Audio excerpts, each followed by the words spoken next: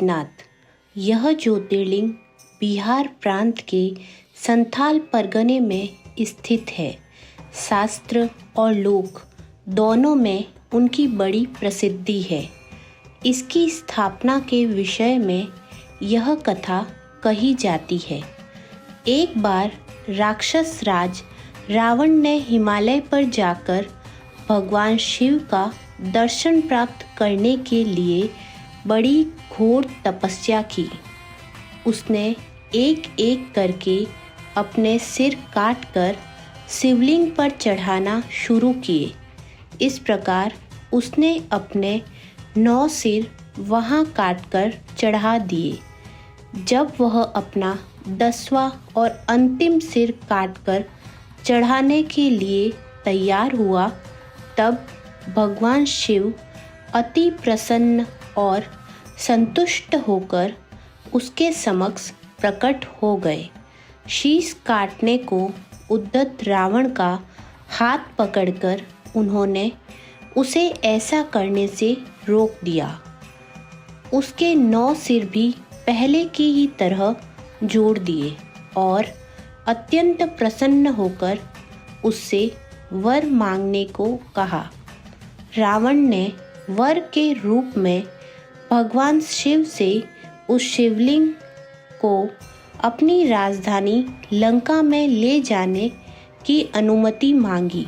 भगवान शिव ने उसे यह वरदान तो दे दिया, लेकिन एक शर्त भी उसके साथ लगा दी।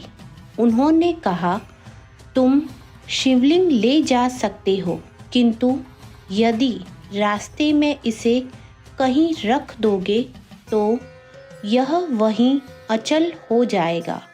तुम फिर इसे उठा नहीं सकते। रावण इस बात को स्वीकार कर उस शिवलिंग को उठाकर लंका के लिए चल पड़ा।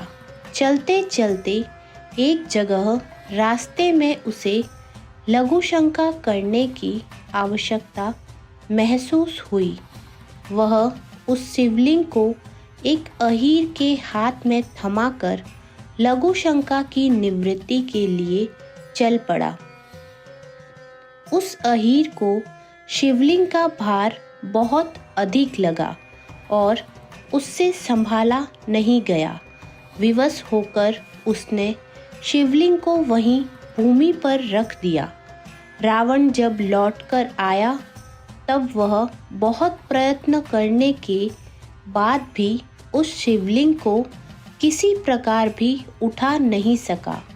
अंत में थक कर उस पवित्र शिवलिंग पर अपने अंगूठे का निशान बनाकर उसे वहीं छोड़कर लंका लौट गया। तत्पश्चात ब्रह्मा, विष्णु आदि देवताओं ने वहां आकर उस शिवलिंग का पूजन किया।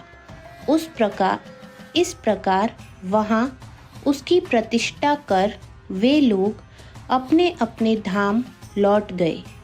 यही ज्योतिर्लिंग श्री वैद्यनाथ के नाम से जाना जाता है। यह श्री वैद्यनाथ ज्योतिर्लिंग अनंत फलों को देने वाला यह 11 अंगुल ऊंचा है। इससे ऊपर अंगूठे के आकार का गड्ढा है। कहा जाता है कि यह वही निशान है जिसे रावण ने अपने अंगूठे से बनाया था। यहाँ दूर दूर से तीर्थों का जल लाकर चढ़ाने का विधान है। रोग मुक्ति के लिए इस ज्योतिर्लिंग की महिमा बहुत प्रसिद्ध है। पुराणों में बताया गया है कि जो मनुष्य इस ज्योतिर्लिंग का दर्शन करता है, उसे अपने समस्त पापों से छुटकारा मिल जाता है। उस पर भगवान शिव की कृपा सदा बनी रहती है। दैहिक, दैविक, भौतिक कष्ट उसके पास भूलकर भी नहीं आते। भगवान शंकर की कृपा से वह सारी बाधाओं, समस्त रोगों, शोकों से छुटकारा पा जाता है। उसे परम शांतिदायक शिव धाम की प्राप्ति होती है।